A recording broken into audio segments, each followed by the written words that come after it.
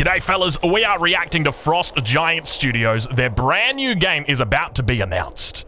And we're taking a look at it live right here over on Twitch. This is the Summer Games Fest.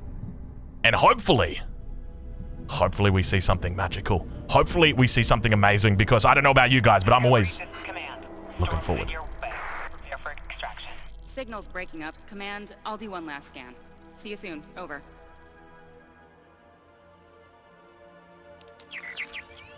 Okay, hurry.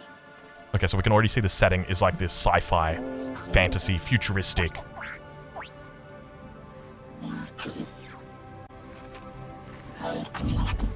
Sounds like Protoss. It is a new IP though.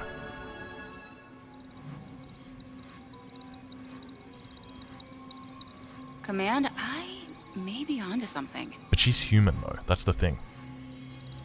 Maybe she's like Terran.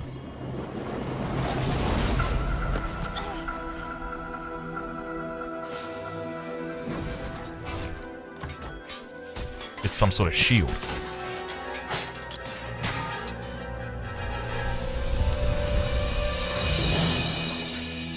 I have it, Command. Repeat, I have it.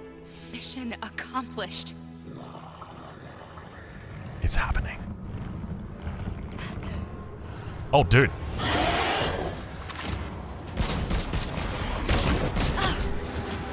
That looks like the Zerg, though.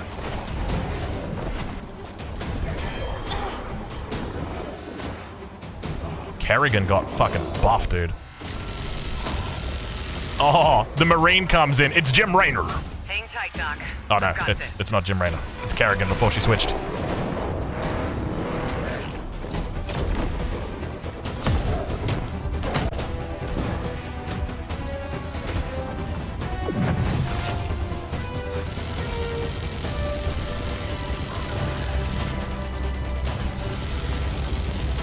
Dude, look at the Chad come online.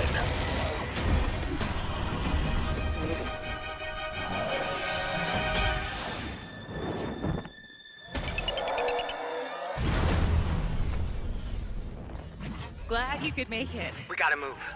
Now. There's a storm coming. Holy shit. And All right. hell's coming with it. Alright. Stormgate, there it is, ladies and gentlemen. The brand new game from Frostgiant Studios. I don't know, is that it? But we can talk about it a little bit. We can dissect it a little bit, because I know there's a lot of people that are going to be like, it's a StarCraft clone. Well, I got news for you, big boy. I got news for you. I'm just going to double check that we got no for... There you have it, Tim. Congratulations. Hold on. Stormgate is real. We have a name and some details. So, first of all, congratulations on this announcement. We're so excited about the return of RTS, brand new franchise. What is a Stormgate, though? All right, so Stormgates are portals that open during a massive solar storm that unleash the infernal host on future Earth. Okay. And we saw some hints of some... So like Stellaris? You guys coming from Blizzard and StarCraft, everyone wants to know about races. Tell us about the sides in this RTS game. Yeah, we're unveiling our first 2 factions today, but there will be more. So the Human Resistance, and we saw an archaeologist from the Human Resistance in that intro cinematic, and then also the Infernal Hosts, who are these demon-like monsters who come from another world. I think one thing everyone wants to know about, especially your background pedigree of the team, of where do you want to push the RTS genre? It's something we've all loved for decades, but opportunity for a lot of innovation. I know you're going to show us, I think, some hints of where you're going to go image-wise with the actual gameplay made in Unreal Engine. But any sense of... Can I just pause right now and just say Unreal Engine? Fuck yeah. Okay, that's it. That's it. What you want to do for the game? That's my reaction, yo. Absolutely. But the first thing I want to say is we are very consciously trying to stay true to what players already love about RTS, where we're really trying to push the genre and be innovative. First off, approachability. For one thing, we're free to play, but no pay to win, no NFTs, nothing like that. Oh, no NFTs! Just to lower that barrier to entry to get players. Oh, in. no. But we're also really trying to be a lot more social. So you'll be able to play the campaign cooperatively. We've got co-op campaigns? 3-player open-ended co-op, and we've even got... Hold on, did I say 3-player? We've got 3-player open-ended co-op. 3-player open-ended co-op? I can bring my mum and Marine Lord's mum? Holy shit! and we've even got 3 versus 3 for competitive multiplayer. But of course, we've also still got 1v1 competitive. And as a little surprise, I think we've got some first kind of work in progress images from the game, right? Yeah, these are still very much still being worked on, but some shots of actual assets that we're building in Unreal Engine 5. Wow. Well, I love it. 2023. Yo, can I be real? I don't like the way that looks. It looks very much like I'm playing, what kind of game? Like Age of Empires Online. Do you guys ever see Age of Empires Online? Age of Empires Online. It looks like that. I wasn't a fan of the art style. I know that there were a lot of people that were, but it kind of looks like that. But let's just hope that that's like the art. You said for the beta, so people can sign up now, get ready. And I'm just so thrilled that there is a brand new RTS franchise coming from you guys and your background and what you did, at Blizzard and StarCraft. We're so excited about this team, frostgiant. Thank you so much for giving us your announcement today on Summer Game Fest. Thank you so much for having us here. Really grateful. Awesome. All right, frostgiant, Stormgate, keep an eye out for it. Now it's time for another indie game announcement that I make. No, it is not. It's time for us to talk about Stormgate, ladies and gentlemen. So this is the big announcement that we've been waiting for. I've been retweeting these guys for a long time. Let's talk about some of the stuff that we saw in here. So I know a lot of people are going to be like, it's a StarCraft clone. Well, first and foremost, you got to remember, these guys come from StarCraft. They're Blizzard. They're ex-Blizzard developers. And it's that classic thing. It's like, well, if you get 16, like, when you have a hammer, everything looks like a nail. And if you're from Blizzard, like, it's natural that you're going to gravitate towards that direction. But by the same token, like, when it comes to futuristic things, like, there's only so much that we can actually do to go different. Like, realistically, there's probably going to be lots of bug races out there. There's probably going to be, like, lots of arbiter races as well. And the humans, I mean, they're going in one direction. So, I think I don't have a problem, even if it is a StarCraft clone or a Warcraft clone or whatever the hell it is. I don't have a problem with that. As long as it's a new game with new IP and they're going to differentiate themselves and not make it exactly like StarCraft, I'm going to be happy with that. I think that that's a good thing.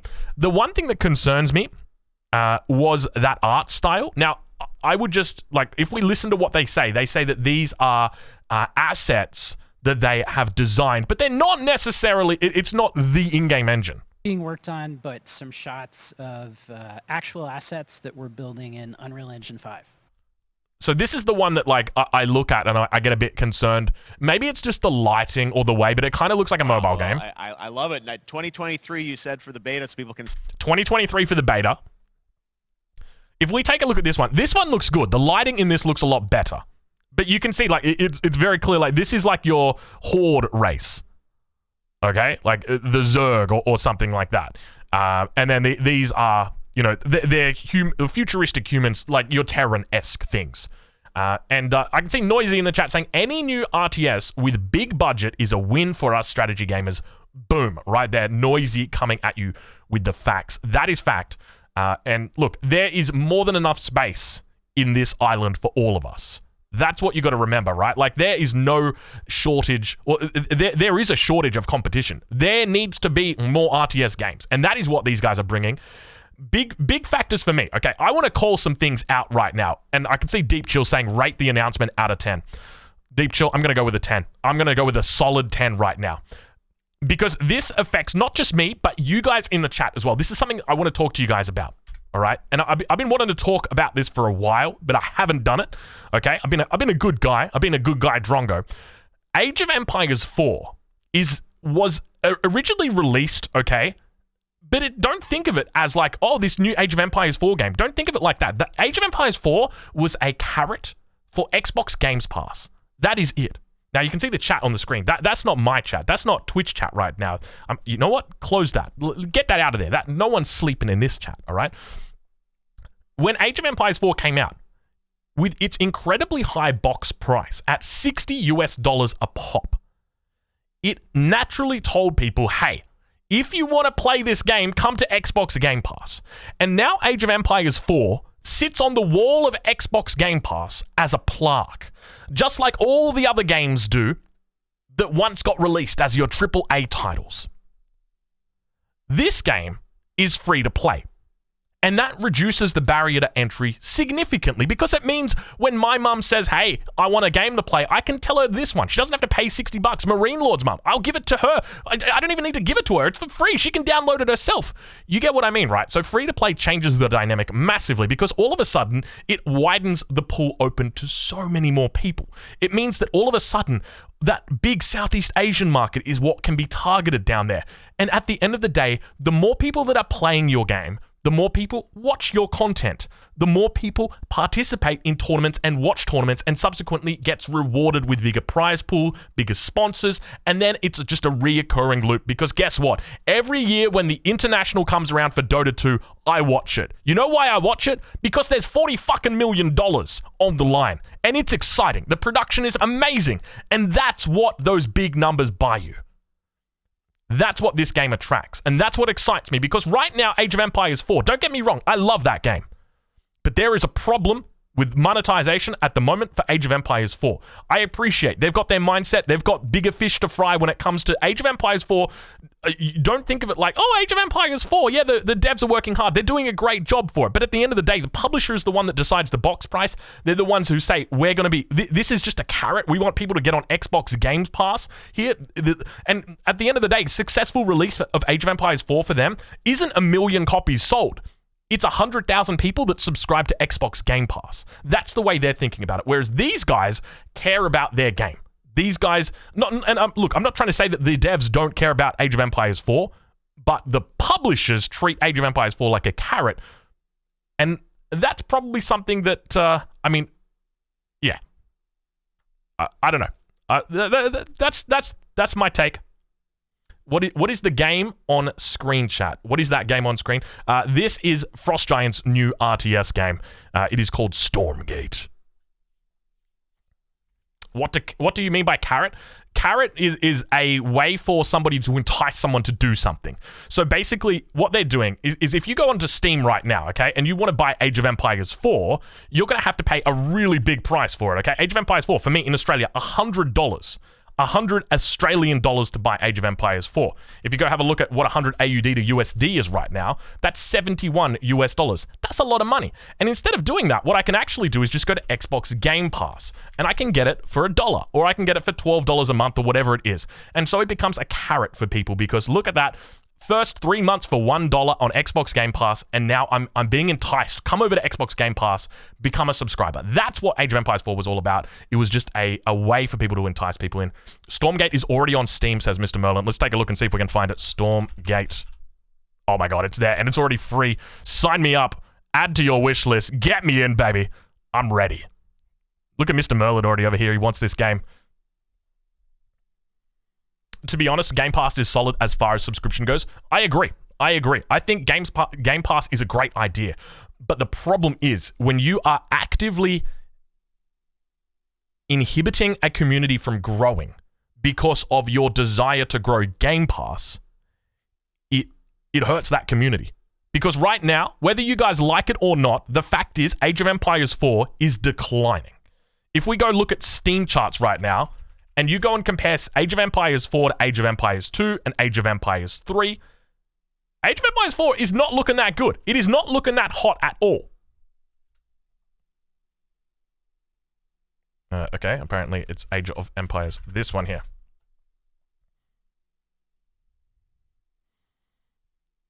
It's not looking that hot at all. Down 44%, down 19%, down 31%, down 23%, up 8%, but then down 14%, down 6%. We average 5,500 players a day, and that's only continued to go down. And the reason why is because you've got an expensive box price. And so the problem is that with an expensive box price, look, you're going to be able to get people back into the game. Don't get me wrong. You're going to be able to get people back into the game. You're going to do it through sales, and you're going to do it through DLC. And that's obviously their game plan. But the reality is you're never going to get back to these numbers when you've got a box price so damn expensive. And the only reason the box price is so damn expensive is because it is being used as a carrot for Xbox Game Pass. And I think that's what excites me so much about this announcement here from Frostgiant Studios, is because this game is not being used as a carrot. They are creating this game with the intention of this game being independently successful, irrespective of, Xbox Game Pass or any surrounding functions. It's too much diversity on the market when everyone plays League of Legends. I don't know what you mean, Mr. GG99. Mr. Merlin says, Aussie Drongo, read the description, some new details there. Let's take a look and see what they said. So it's a free-to-play real-time strategy game set amidst a war between human... Oh, hold on, they've got pictures up here. Give me a sec. Oh, I think they're just the same ones from before. Pre-alpha in development assets, not final. I think it might just be the lighting in this that just makes it look a little bit weird. This one looks good. I like this one a lot. This is like on your front cover, right? Like this is great. The lighting in here looks really good.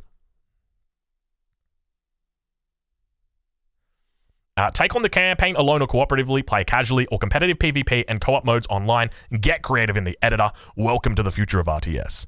So it says, Stormgate's the new real-time strategy game from the team at frostgiant Studios, including former devs of Warcraft 3 and StarCraft 2. Explore an ever-evolving story through thrilling campaign missions where science fiction and fantasy collide, solo or cooperatively. Battle opponents around the world on our competitive 1v1 ladder. Team up with your friends to challenge the AI in cooperative modes. Get your hands dirty on the editor to build the game of your dreams. Yo, if this is all coming on release, then I'm impressed. Developed in Unreal Engine 5, Stormgate will support high-resolution HD visuals in 4K and hundreds of units in epic, large-scale wars across a variety of maps and tile sets. The user interface is designed to make RTS more approachable by streamlining inputs, automatically assigning units to control groups, and enhancing gameplay. We've lowered the skill floor while keeping the ceiling as high as you want to climb. I love it. I love that so much. This is so, okay. And this is something that gets talked about a fair bit here, that, if you're automatically assigning units to the control group, then you're reducing skill. And the same argument is like, well, the guy who's got 15 outposts attacking every fucking one of my buildings, when he raids my villages and I don't pick up on that alarm, now all of a sudden it's a skill issue that like I couldn't pick up that raid because I couldn't hear it because I've got 15 alarms blaring off in my ears. No. It's a quality of life issue where I've got so many alarms, I'm being overwhelmed completely. It's not even about skill. It's just bad design, bad sound, from that aspect. So here, I think this is such a smart move because at the end of the day, you're rallying units towards a position. What, you're going to get on your high horse and say, rallying buildings takes away from the skill cap? Well, assigning units to control groups takes away from the skill cap. This is great. I love this. This is such a smart move. Stormgate is the RTS everyone's been waiting for. I'm looking forward to it, Stormgate. I'm sure you guys are looking forward to it as well. Let's read on. So we've got the editor. Free to play, never pay to win. Stormgate is free to play so that everyone can enjoy the fun of RTS. Support the developer of additional optional content that you enjoy, or development of additional optional content that you enjoy without ever paying to remove nuances or gain an advantage. Obviously, this is it. And I know that you guys might when Age of Empires Online was originally announced, I was one of the alpha testers for this game. This game originally came out back in 2010. Before I went on deployment, I was playing this game. That's how long ago this was. And I wrote a giant forum post and I said the design or the perspective that you guys are going for is going to fucking ruin this game. You cannot go ahead with it. If you do, the game will be dead on arrival. And they still went ahead with it. It was dead on arrival. What was my approach? What was I suggesting back then in 2010? I was suggesting that they do free to play with cosmetics back then. And that is what, look, and now the year is 2022 and we have these giant developers that are actually listening to people, and I guarantee you they will be rewarded. I guarantee you they will do well, especially if they can do what other games do at the moment. If you take a look right now, if we go into my inventory right now, no one send me any trade requests, please. TF2, Dota 2, Euro Truck Simulator, Steam, PUBG, Bless Online, all of these games have got items, okay? And I suspect it's probably going to be exactly the same in that game. And if that's the case, I tell you what, I can get incredibly excited for that. That's going to be big. That's going to be huge. Because you look here at this picture and you see this little guy here. Well, guess what? Paint Drongo is coming out, and now you guys are going to get the real experience because all of a sudden you can buy cosmetics for this little dude that's going to give him another fucking horn. Check that out. Now he's got 2 fucking horns. That's sick. Sign me the fuck up. So, to finish the discussion, the rant, Chat, have you guys got any questions? Have you got anything you want to say about this game? What are your thoughts? I'm curious. You're on YouTube at the moment. Say hi. So say hi to YouTube. Yeah, we got the Bowie coming in right now. Thank you very much. Bowie coming in with the 10 gifted subs. Thank you very much. Empires Apart was free to play too. Failed horribly. Yeah, indeed it was free to play as well. It also had the budget of about $6. Look, the guy who was behind Empires Apart, he was doing a great job. Sought a lot of assistance from the community, but unfortunately, when you don't have the support of venture capitalists backing you with $35 million, it makes life a little bit hard. Mr. Melon says, Aussie Drongo, what else I see, not just blue and red color factions. Mr. Merlin, I'm going to need you to head back to first grade and learn how to appropriately write out a sentence. Barondil saying, don't cosmetics in RDS kind of mess with unit identification at Aussie Drongo? Yeah, they do. But at the same time, your brain will quickly learn to differentiate between them.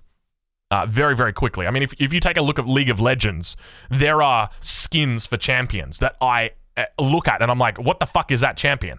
And as soon as I touch it, I identify it and go, oh, that's a Gangplank. And then that stays in my brain. So it's just a matter of identifying, I think. I don't necessarily think it's like, oh, what units has he got? He's got such crazy cosmetics. No, it'll be like, it will always make sense to you. Killer Pigeon in the chat saying, cosmetics can be done in a way that doesn't fudge people. MOBAs have proven this. And that's exactly it. That is exactly it, Killer Pigeon. Cosmetics are the right way to do this.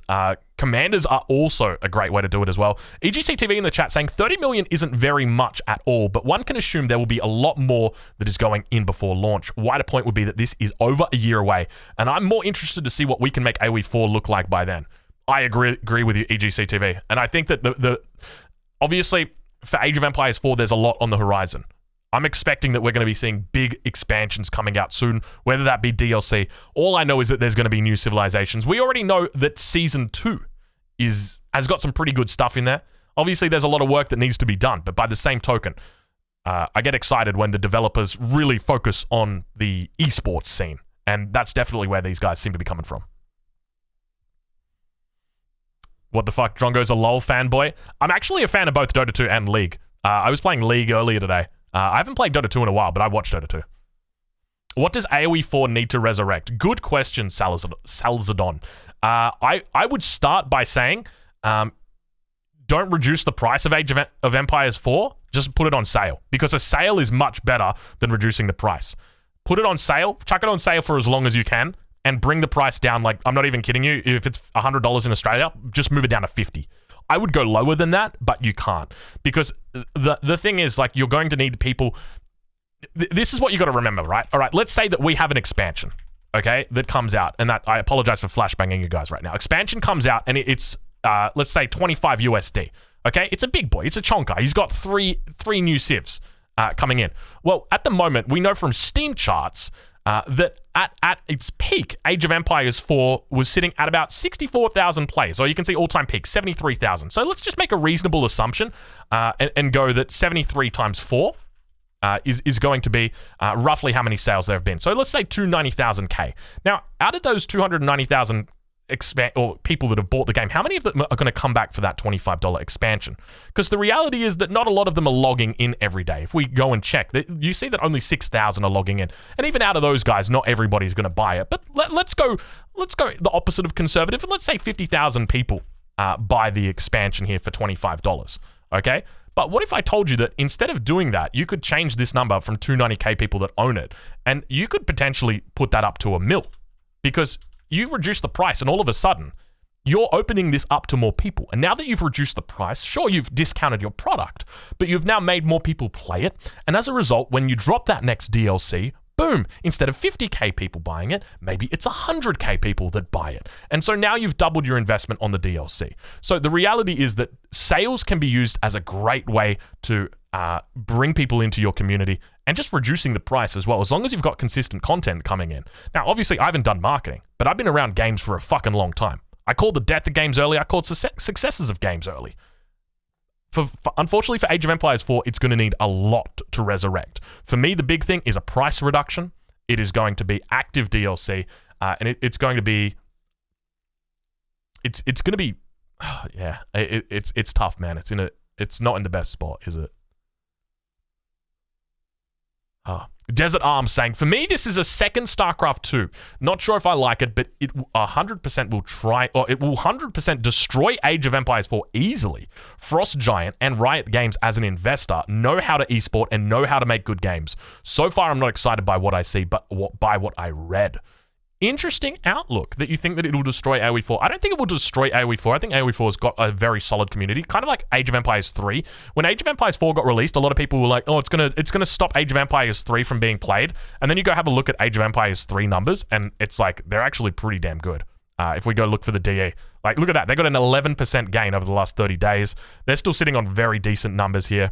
3.2k, 2.9, 2.9, 2.3. Like, by no means did Age of Empires 3 die when AoE 4 came out, and I don't think it'll be the same when Frostgiant releases their game either. But yeah, interesting. Let's see what Mr. Mellon says. Mr. Mellon says, Aussie Drunker, I wonder if they could make the game free to play for like a month when the game is good again to get new people in. Yeah, that would definitely be one of the things, but just remember, but by doing that, you give people a short-term option. It doesn't really solve the issue, is that you're still using it as a carrot. You're trying to get people into Xbox Game Pass. By reducing the box cost of the game, you're taking away and you're saying, okay, we're not going to treat this as a carrot. We will treat this as an independent game away from Xbox Game Pass. Because at the moment, with this high box price, that is exactly what it is designed to do. Force people that want to play the game over to Xbox Game Pass. GLJ in the chat saying, I'm not going to listen to any hype no matter how good they are. They always fall short. No Man's Sky, Fallout 76, Battlefield 2042. Good point, GLJ. I think we just got to judge it based on what we see. We got to get excited, but we're not going to get invested. That's the big thing.